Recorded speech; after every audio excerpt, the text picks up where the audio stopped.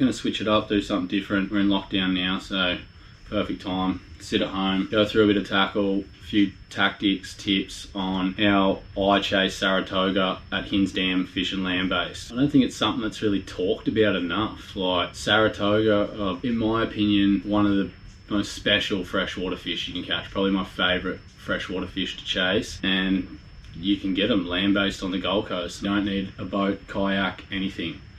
All you need is a bit of gear, rods, car, and you're sorted. So get into it, just show you a bit of the stuff that I use and what I'm throwing and why and what I look for when I'm like walking the banks and stuff, what are good areas, other bits of kit that you'll need, what are the best times, target them. And they're such a unpredictable fish. Like I had one in a tank for 6 months, and to work out a pattern with it was just almost impossible. Like some days it would smash feed, other days it would just not eat for no reason. That's what you're dealing with when you're actually chasing on the water too. So first I'm going to start with like your kit, things that you should be wearing when you're out there. First thing you need, a hat. That just helps keep the glare off you while you're looking and peering into the water, and this is probably one of your most important pieces of equipment. Polarized sunglasses. I've just got the Makos. I think any good pair of polarized sunglasses will do the job. Pretty much if I don't have them, I don't even really want to go fishing for togas, because it's visual sight fishing. You're not really doing a lot of casts if you don't see fish. So when it's raining, a nice spray jacket, something to help keep you dry if you're going to chase them while it's raining, which is a great time to chase them. You can wear long pants. Sometimes I'd wear long pants. You do get grazes and scratches up your legs from the lantana and all that stuff. And if you're fishing on the eastern side of the dam, that was the only place that I've encountered bush mites. They're like a pinhead little mite, and I used to get them at work all the time. They would dig into your skin and live in there for about 3 days, feeding on your skin, and they're just so itchy. You'll be itching for 3 days, so there's no real way to like stop them. The best way to do it is sort of tuck your pants into your socks, and you can spray Bushman's or something around the base of your feet, and that'll sort of stop them coming up. That's what we used to do at work, but like I said, we only encountered the bush mites around Hinze on the eastern side. On the western side, which is where I do the majority of the fishing, we didn't actually get any bush mites. I'd say they'd still be there, we just might not have got them. So you can wear long pants, bring Bushman's if you don't want to get them. We did get them. One day we went over to the eastern side, and I tell you what, I didn't miss getting them. After that is a good pair of shoes. Not like it's really hard on the body or anything. You can wear thongs if you want, but if you want to go a bit further and just a bit more stable, sometimes you're going down steep banks, rocks, all that sort of stuff. So they are the Quicksilver Waterman shoes, which have the drainage thing, so you walk through the water and it all drains out and stuff. That's just what I wear. You can wear boots, wear whatever you want. The only other thing I would say is, especially if you chase them in the rain, a nice dry bag is good, you know.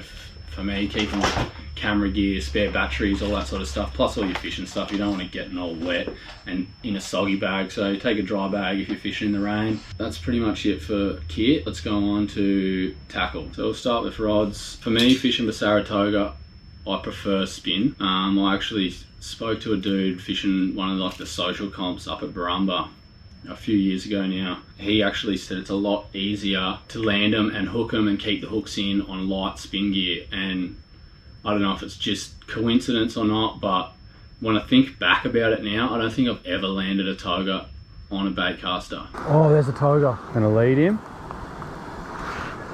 Coming to my lure. He's on it. Yes! Oh yes, no! Oh, there's a toga.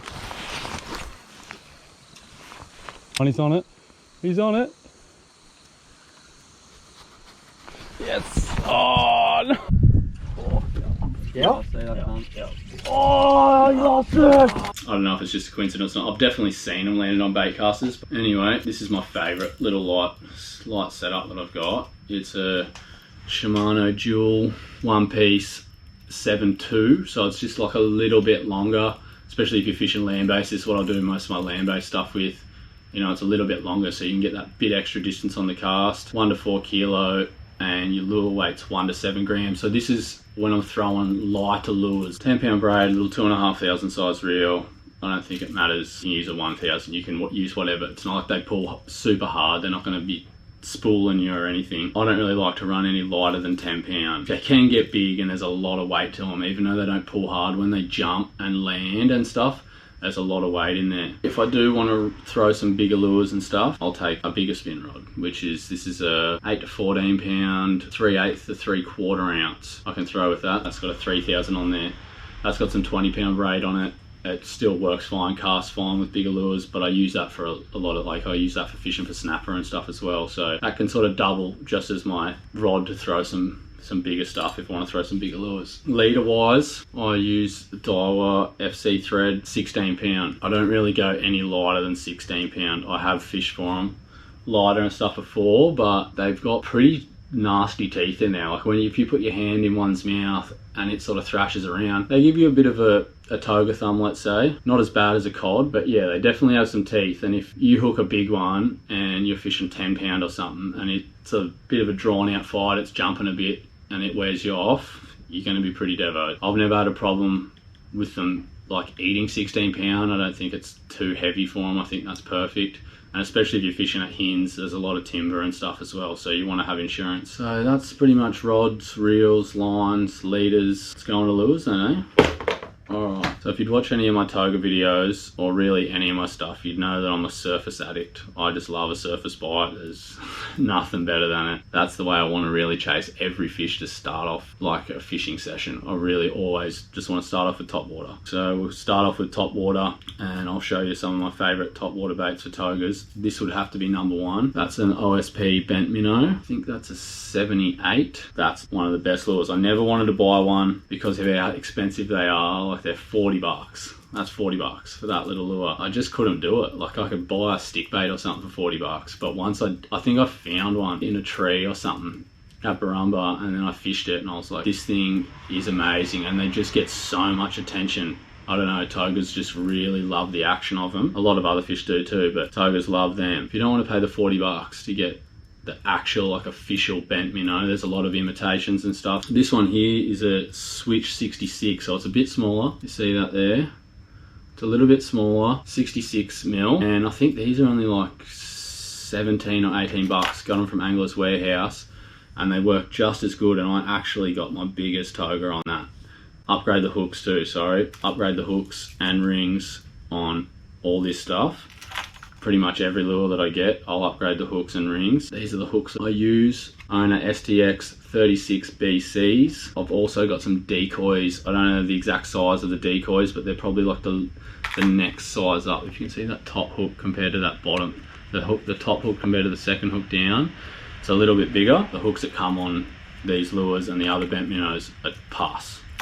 Just get rid of them. So that is a good alternative. If you don't want to spend the 40 bucks on the proper bent minnow, 16 bucks does exactly the same thing. It's just a little bit lighter, you can't cast it as far, and a little bit smaller profile, but definitely works. Before I found the bent minnows, this was my go-to, and this is 40 bucks too. I actually didn't know how expensive it was. They'd just come out at the time. Didn't even know the price, thought, oh, they might be 25, 30 bucks.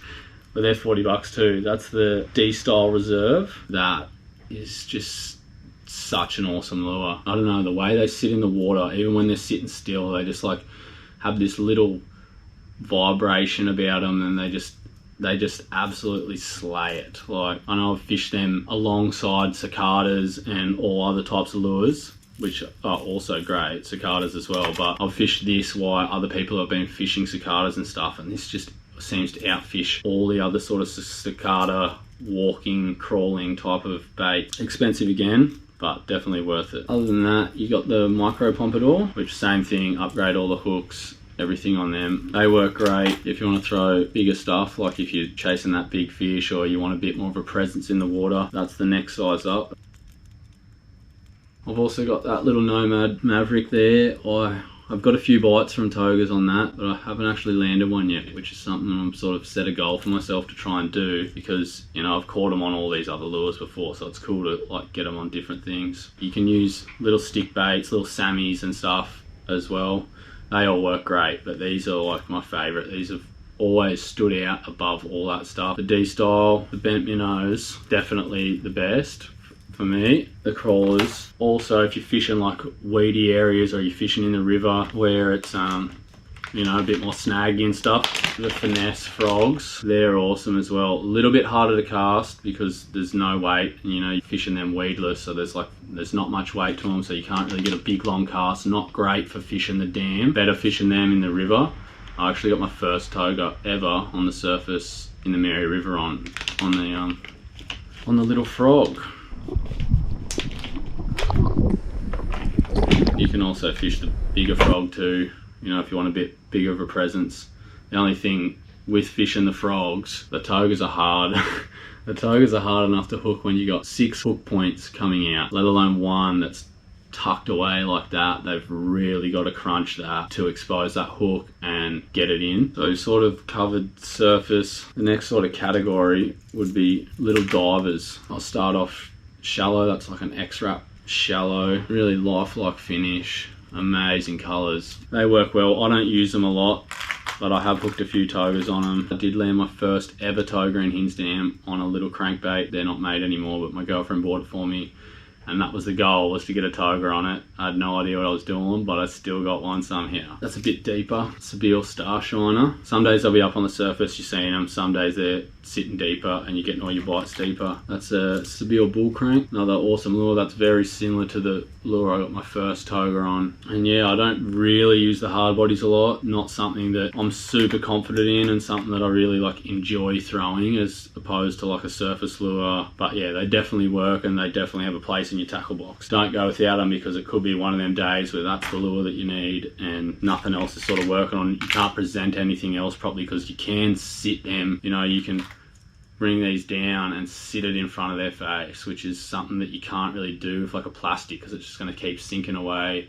A surface lure you can, but if they're not on the surface, you can't really sit it in front of their face, because you're just going to sit it on the surface and they're not going to see it. If they're a couple of meters down, at least you can get your crankbait, your little diver, down to them and sit it in there, and that might get them to bite. Alright, well, let's go chatterbaits, spinnerbaits. So just do them all in one category. This is probably my go-to subsurface lure. Like if I'm not seeing any on the surface, I'm not getting any action, I'm like, alright, get the surface lures off, let's get something down. Chatterbait would probably be one of my first picks. That's a Daiwa Steez cover chat, just with a pinfish 3-inch minnow trailer.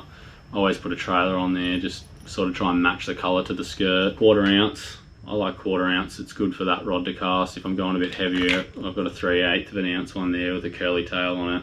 Fish them a little bit deeper, sink them down, slow roll them. I've had some crazy bites. I think one of the most vicious toga bites I've ever had was on, not that exact one, it was on this chatterbait in Barumba, and this thing just railed me. I didn't actually land it, but oh my god, it was one of the hardest bites I've ever felt in a dam that doesn't have barra or cod in it. So spinnerbaits are sort of in that same category. I'm not a big spinnerbait user. I definitely love spinnerbaits. They're sort of one of the first lures I got into when I was freshwater fishing, because they just work on everything. But I feel like that's why I don't throw them, because everyone throws them. Every single person throws a spinnerbait. They definitely work and definitely have their place, but I feel like, especially somewhere like Barumba, sees a lot of boat traffic, sees a lot of lures. I think a lot of spinnerbaits are getting thrown there. That's where I would prefer something like that, plastic with a jig spin on it, just because it's a little bit more natural, maybe thrown a little bit less. Like they still get thrown a heap as well, but maybe thrown a little bit less than like your standard spinnerbait. Still got the flash and the vibration, just doesn't have that sort of like easy to distinguish lure. What a toga could go, oh, I've eaten, or I've seen 100 of them in this week. Sometimes they'll be a little bit weird, and I've actually figured this out fishing in the Mary River, doing a lot of sight casting in the Mary River for them, fishing the jig spin, sight casting past them with a jig spin, and the jig spin blade would actually spook the fish. Like it was too much for them. So I end up taking the blade off and just going back to a standard plastic, more natural and a bit more subtle, and just swimming that past them. And that's actually where I got my first ever one on the sight cast. Wasn't on that, but very similar lure to that. So I might throw on a plastic for them. That's like the perfect profile. It's a 3-inch minnows again in the pinfish. That's like my favourite colour. That's got a 3/8 of an ounce head. I don't really go below a 1/4 of an ounce because I like to be able to get that cast distance, and if I want to get it down a bit deeper or cast it a bit further, put the 3/8 of an ounce in. That's a 3-inch slim swim, which they're awesome as well, and the 2.5-inch slim swims all work well, just depending on how big the bait is. The 2.5-inch slim swim with the jig spin, that's probably one of the best baits I've found in the Mary River. If you go on Hinze Dam, you know, you're fishing a dam, you want to fish something a little bit bigger. There's a lot of bigger bait in there, so that's when I'd go up with something like the 3-inch minnow. Even a 4-inch, probably wouldn't go any over a 4-inch. You know, if you're fishing some weeds or some lily pads, which is a great area to fish, it's another good bait to throw. I've had some good bites on that. I haven't actually landed one because it's the same sort of thing. They've really got to crunch it to expose them hooks, and you actually get them in, which is one thing with togas. A lot of the time I've noticed when I've actually landed fish, the trebles have been like underneath the mouth. If you haven't ever like held a toga or done any sort of research or anything on them, they do have very bony, hard mouths, and it's very hard to hook them anywhere in the mouth. Most of the time when I've got them in, the treble has actually caught them underneath their bottom jaw. They've got like a soft fleshy bit, and as they come up and like go to hit the lure and they hit it and turn like that, I don't know, somehow the hooks must catch them underneath the jaw there, and a lot of the fish that I've caught have actually had the hooks underneath the jaw. When I'm fishing like a plastic with a single hook, that normally gets them a bit better in the mouth. When they like come up and swallow it like that, that'll normally get them a bit better. But the times when we have caught them on like plastics on jig head or chatterbaits or plastics with jig spins, you know, when you got that single hook there, they'll come and eat it, and a lot of the time when they take it down like that, the hooks come out and like done a lot of damage to their eyes and stuff, like come through the back and damage their eyes. You don't normally get like that clean hook up that you'll get with a bass or something, where it's just got, like just in the corner of the jaw. You don't get that with a toga, just from the way that their jaw's shaped for one, and then the hardness, the density of it. When the hook finds its mark on the single hook, it's normally deeper in the mouth. He inhaled it, and then in turn that comes out and like comes out through the eye, and that's happened a couple of times now, and it's always been when we've got them on plastics. That's just in my experience what's happened. So trebles, definitely lose more fish with trebles because they're just easier for them to jump off. They've got a lot of movement there, they can jump and spit them and stuff, but they seem to do actually less damage than when one of them eats the plastic. They've really damaged their eyes, and that's one thing that sort of doesn't really sit well with me when I release this fish and it's like eyes all stuffed up and that. And I remember one of them in the Mary River, one of its eyes was already gone, and then I've hooked it and the hooks come through like the back of the other eye, and so this fish is now completely blind. Not my fault, I didn't know it was going to happen, but yeah, just something to take into account. One other lure that I've got in my kit is this cast 8 BD shad. I think it's a 4-inch, 4.5-inch, and I actually bought that because in Hinze there's these Barcoo grunner. That is pretty much the exact profile of the Barcoo grunner, and there's like these bonies in there in Barumba that's very similar. I've hooked a couple of togas on it, had some bites, but I haven't got one in yet. Oh no! Oh! And that's really it for lures. Like, you just sort of got to match, you know, to your bait source. Like I said, I am going to do a lot of talking about Hinze, a little bit of talk about Barumba and the Mary River. So you just got to think, like, you're fishing in the river, smaller stuff was working really well. Small little frogs. That's when you step it up into the dam, you want the bigger stuff, like bigger plastics, swim baits, bigger surface lures, and yeah, just try and match the bait that they're eating at the time. When you're sitting on the banks or when you're out on the boat, whatever, when you're on the kayak in the river, just look around and look for the small bait that you're seeing in the river or in that dam, or you know, in that area at the time. There's lots of different bait sources in dams, so sometimes there'll be gar, bony, Barcoo, grunner, heaps of other little stuff. Whatever you're seeing swimming around that area at the time, if you're confident there's togas in that area, throw something that's similar to that. Also, why all the surface lures work really well. Bugs are everywhere in the water, so that's why they're always a great lure and like my #1 go-to. Alright, so going through sort of lures, let's go into like times. What times are going to be good fishing for togas? For one, when it's raining. It's raining right now. If you'd watch any of my videos on my Toga series at Hinze, you know that the rain really fires them up fishing in the dams. I don't think so much in the river. I haven't really done a lot in the river with it. Obviously there's going to be a lot more flow and moving, and I don't really know. I can't really say too much about the river. But yeah, so times raining, that's probably one of the best times. If you're going to Barumba, that's where I originally learnt that, is going there once the dam has filled up to 100% and floods all that grass and floods the banks.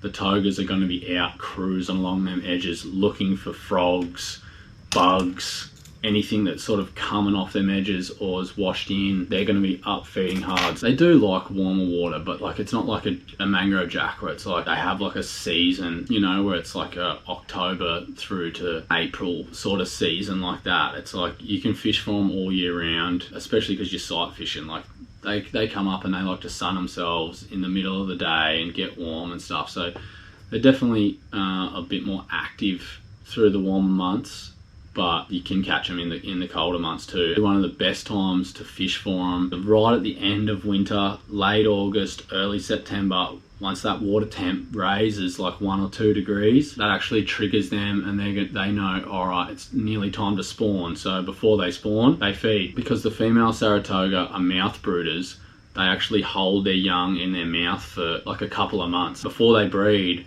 they're going, oh my God, I'm going to breed and then I'm going to have all these babies, and they keep them in their mouth, release the babies to go out and feed and do whatever, and then bring them back. So they don't really feed the females until like December, January sort of thing. So they will look after their young for them couple of months after they've bred. So that's why it's a great time just before they spawn. A lot of fish are like that too. Most fish, you know, if it's coming into like a spawning season, they're on fire, you know. It's the same with a lot of species. So late August to early spring is probably the best time that I've found. Other times early morning, late afternoon, but also midday, like when the sun's up high, it's a lot easier for you to see them. It can be hard when it's low light for you to spot the fish in the water. When the sun's up high and you've got it on your back and you're looking down into the water, it can be a lot easier to see them, and they like to come up, especially in the Mary River. Found that you'd get bites from them in the morning and you'd catch them in the morning, but you wouldn't really see them. They would be more, you'd be fishing a snag or an edge or some weed or whatever, and bang, one would come up and crunch it. So he was obviously there, whether you just couldn't see him because of the light wasn't in the right spot yet, I don't know. But once it got to around 10, 11 and 12 o'clock, that's when we would get a really, like, you'd be standing up high on the riverbank, oh, there's one, there's one, there's one, there's one. So it's like they come out as it gets warmer and they're almost sunning themselves. You know, once they've bred in like late September, October, for one, you don't want to go and harass like fish that have bred and fish that have got young and stuff. You want to leave them alone. And two, it's not even really a good bite because they're so aware of their surroundings and all they want to do is protect their young.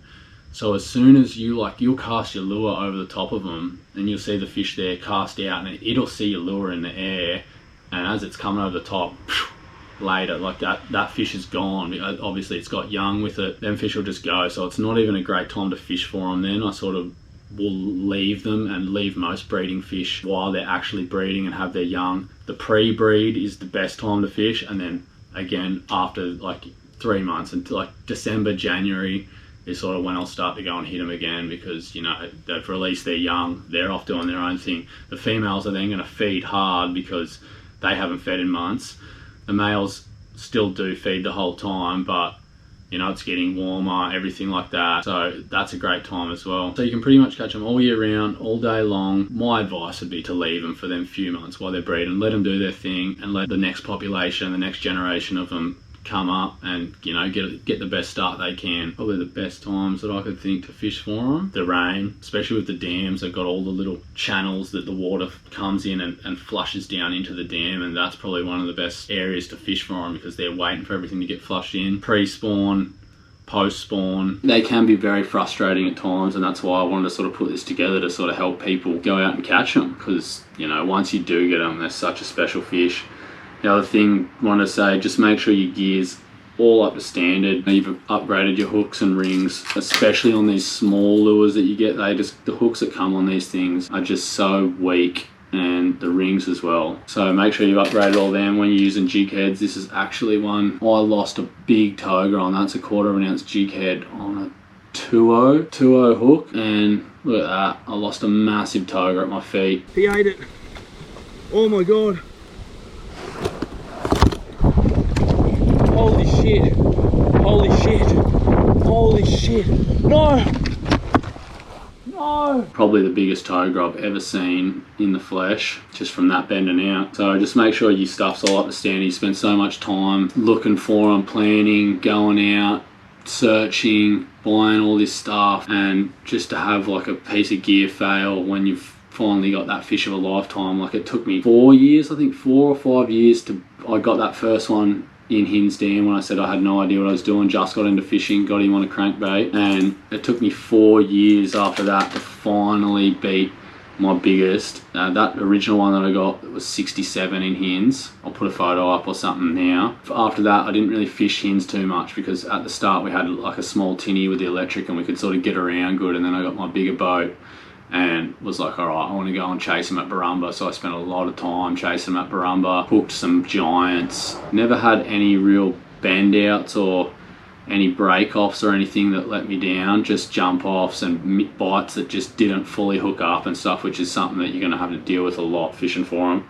So when you do get that massive fish, like that was the one, that still would have been, that was 80 plus I reckon. When I had him at the bank he was massive, and when that let me down it was, still is, it's devastating, but I keep that to remember that. So yeah, it took me 4 years to finally get that 74 or something, which I did get at Hinze on the little Switch 66. 5 years I've wanted that, just to beat my PB.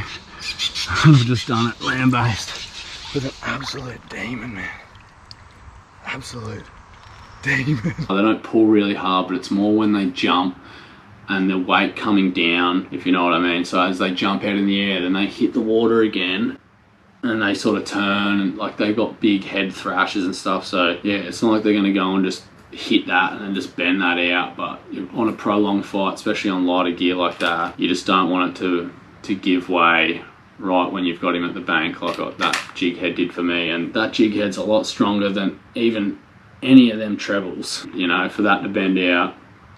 That was a very heavy fish. Alright, so that's pretty much it for rods, reels, lines, leaders, lures, other bits of kit that you'll need, what times are best to go fishing for them that I've found. So the only thing that left that I really want to like help you with or talk about is certain areas that seem to hold fish better and what you're looking for when you're going. Because when you go on a Hinze, let's stay at Hinze for now. I'll talk a little bit about Barumba and the Mary River and stuff as well, but let's stick at Hinze for now, because that's really what I want whoever's watching this to be able to go to Hinze. But a lot of this applies to Barumba. A lot of dams you can apply the same sort of things from one dam to the other. The river's a little bit differently, but still some certain things apply as well. And I learnt things from fishing the river that I took into the dam and from Barumba to Hinze. So fishing land-based at Hinze, you can either drive the western side or you can drive the eastern side. There's a western side has a lot more access to a lot of spots. The eastern side is a little bit harder to get into spots too. You got to walk a lot further. There's not as many spots. When you get down there, you sort of just walk and you can't sort of drive between spots. If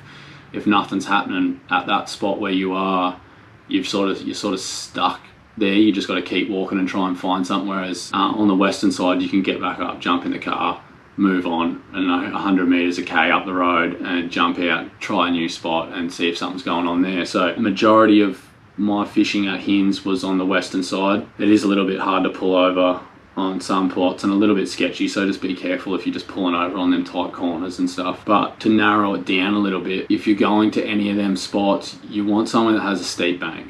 Steep banks are key. We were finding that any of the areas that were like a bit more of a flat, where you'd sort of walk down, it was a bit more of a flat, a bit more open, you know, timber and stuff there, they didn't hold the numbers. Like when you came to an area that had like a rocky bank or a steep grass bank, they just seemed to hold fish all the time. Everywhere that there was a steep bank in the vicinity of that bay, like say you're coming into a bay, or as you're driving along out to Numbinbar there, when you're pulling over into a lot of them spots that the road goes by, they're actually like a bay. So when you come in, if that bay doesn't have like a rocky, steep, one side's not rocky and steep, we didn't actually seem to see fish in them areas. They'd probably still be there and still move through there, but that was one thing I picked up on after fishing Hinze for 3 or 4 days straight. I went, all the time we've spent all this time walking into these spots that we'd put maps and we'd walked it out, oh, this is going to be awesome. You get down there, it's a bit more flat, there's still flooded grass and stuff, but just didn't have that steep area. It's almost like they want that deep sort of area they can go back down into the depths and like chill out, and they'll come back up on the surface and sun themselves, look for a feed, whatever they're doing. So steep banks, number one, flooded grass,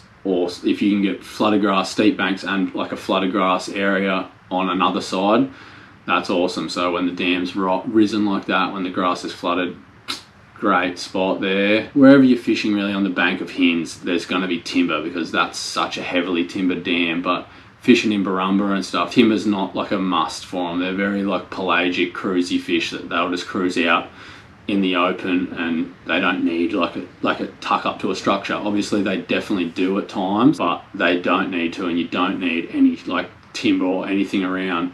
Better to have like a steep bank like that and some flooded grass if possible, or a weed bed if there's any weed beds that you know in the dam. They definitely love weed beds too. Learnt that fishing the rivers. There used to be this one weed bed in this spot in the river. Same thing, had a rocky steep bank, and that's where I learnt that about the steep banks, was actually fishing the Mary.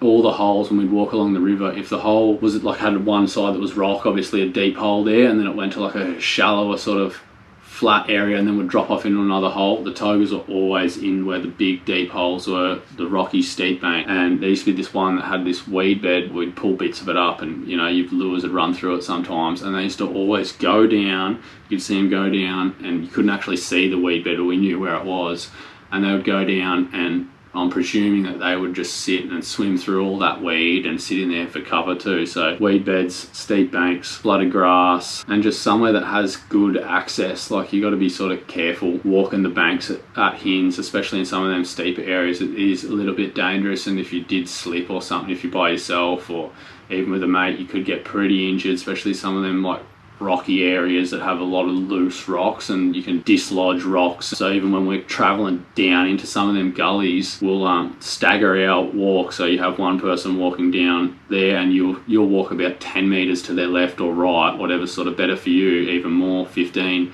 just in case you do dislodge a rock, that it's not going to go straight down into this person in front's path and hit them. When you get down there, don't be afraid to, like, if you're not seeing anything, don't be afraid just to sit down. It's beautiful out there. It's so peaceful out at Hinze. You know, you listen to all the birds and everything like that. So don't be afraid to just, you get down, you've walked down into this gully that might have taken you 10, 15 minutes. Don't just go, oh, we're not seeing any fish, let's go, there's nothing here. Sit down there for 10, 15 minutes, have a drink of water. Like, most of the time, once you go to an area, you come in and you disturb it. If you don't see a fish before it sees you, you might never ever know it was there, but it's seen you and it's sort of gone away. After you've sat in the spot for 10 or 15 minutes, that fish will then get comfortable and it'll come back up to the surface and it'll cruise around and do its thing. And that's when you get your shot at it. You know, it's not aware that you're still there anymore. You've been sitting there quiet for 10 or 15, just looking, scouting. Just watching and waiting. There's a small toga just popped up down in front of me here. That's why it pays, just to sit and watch and wait. You can walk up and down like along areas, and we'd walk, you know, we'd go down to a gully and then walk for, you know, a K or something, as far as we could, or around to that next point or whatever. But a lot of the times they're right there, just on the side of the road, but you just got to go in there, sit and wait for them to come up. Anywhere that water's flowing in, like if you go out to Hinze, a lot of them, the gullies that I'm talking about, will actually have drains that run in from the other side. So when it rains, there'll be a drain there and it'll push all water out, or there'll just be like a rock sort of crevice, like a water course is formed over the time. I'll put it in some clips and show you some of them, but there's a lot of them water courses that are formed on the side of the dam, And they're awesome spots, especially when it's been raining like it has the last few days. Water's rushing in there and it's like got dirty water running out. You've just got a patch of dirty water there and then clean water around it. They don't like the dirty water, but they like to feed on the edges. Like it's almost like runoff fishing for barra or something, you know, like the water's running in there, oxygenating the water, bait's coming in, there's a color change. That's a great spot. So give them spots a good hit. Always take spare hooks with you too. That's one thing I want to say. These hooks, that's probably the biggest or like the strongest hook that you're going to get to go on that lure that doesn't wreck the action of it. But even then, they're not very strong hooks. So even when I got like the big fish on this one, straightened a bit, but they held. The hooks were a bit bent and stuff. So you want to have a spare hooks on you to be able to just go, them hooks are stuffed now. So you get rid of them, put fresh hooks on. So make sure you always got spare hooks with you. Another thing to make sure you got in your kit is a pair of small split ring pliers for them little micro rings. It can be an absolute nightmare trying to get them little rings and hooks and change them over if you've hooked a toga or you've bent one of them hooks out on a log or a snag or something. If you drop one of them hooks and you're in the grass or you're somewhere, like that thing's just gone. So small split ring pliers make that job so much easier. Something that I have in my kit and good just to get hooks and stuff out of the fish. Take plenty of water out there. It's no other water around. Like you don't want to be going, oh my god, if we've ran out of water now, we've got to go back in an orang and get water or get food. So if you're out there, you can spend a lot of time out there. You can sit down at one of the spots what you're confident in, have a sip of water, drink some water, have some food, and even sometimes that's when you might see one come up when you're just chilling there having a feed or,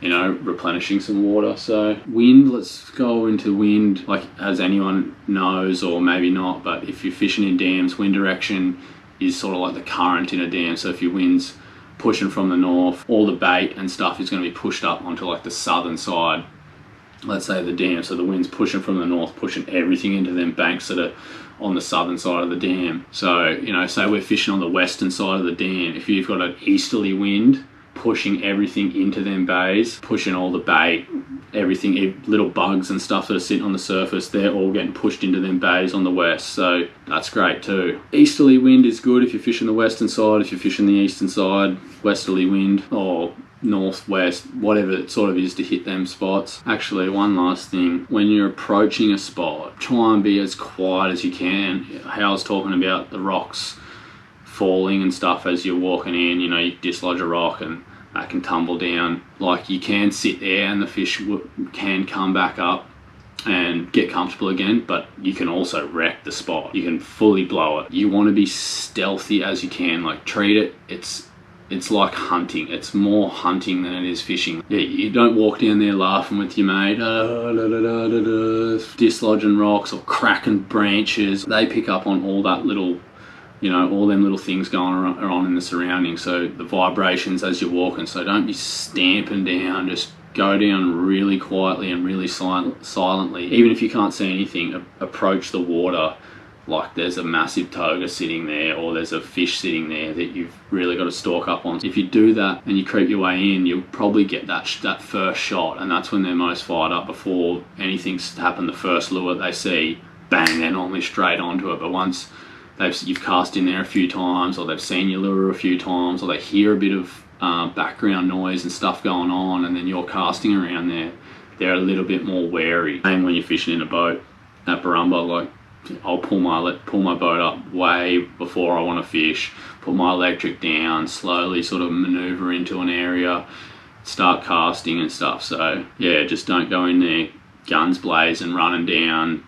cracking branches and cracking jokes and shit. Like take it seriously, get down there, be quiet, and hopefully you see that first one come up and you put a cast over him and he just charges it. The only other thing I could say for landing him is we did bring a landing net a couple of times when we went, and actually had to net my big fish, which would have been a bit of a nightmare if we didn't have the net.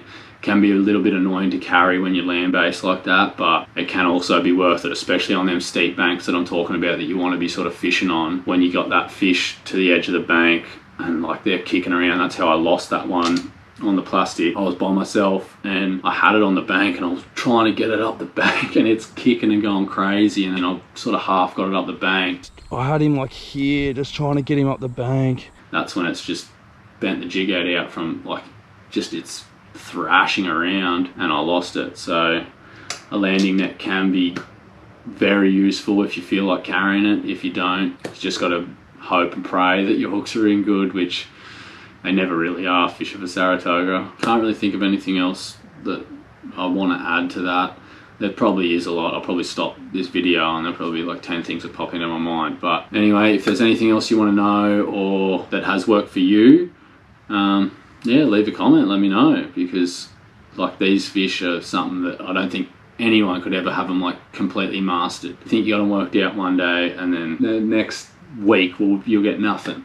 And even from owning one and having one in a tank, that's where I learned that. I was like, there's nothing, there's no pattern here, there's no reason why he really wants to eat today. There was nothing going on that made him, there probably was, but like I couldn't figure it out.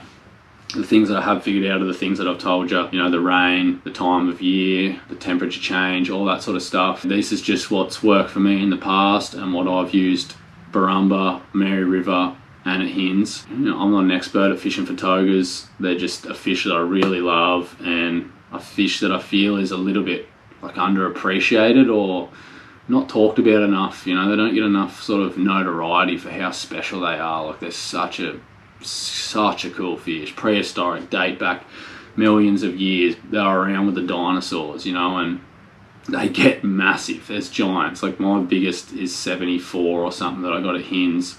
I think the biggest I've seen on a brag mat is like 84 or 86 or something. But there's stories of meteries that I've heard of a metery getting filleted on the fillet table at Barumba. The caretaker told me about that, and he reckons he's seen photos of a couple other meteries that have been caught in there. But I've never seen one on a brag mat, and that's really the goal. The goal is an 80. I really want to get an 80. I think an 80 toga is equivalent to like a meter barra or something. It's like that's the benchmark, sort of like you get that one, it's like alright. To get a bigger one than that is just super rare. To get like a meter 30 barra or something, to get a meter toga, probably even rarer. Like if anyone's ever seen a meter toga or yeah, what's the biggest toga you've seen, let me know, leave a comment down below. And if there's anything else that you've found out or something that you've done that's different to what I do or something that's worked for you, let me know. Like I want to hear everyone's sort of thoughts and opinions on fishing for Saratoga. And this is just like a little thing of trying to give some insight into fishing from land-based at Hinze, but also some tips on Barumba, some things that I learned in the Mary River. You know, no matter where you're catching them, you can bring parts of it to another location and use it to catch them there as well. Drop a like if you want to see any more of this sort of stuff, like tackle talks, tips and all that sort of stuff for any other species.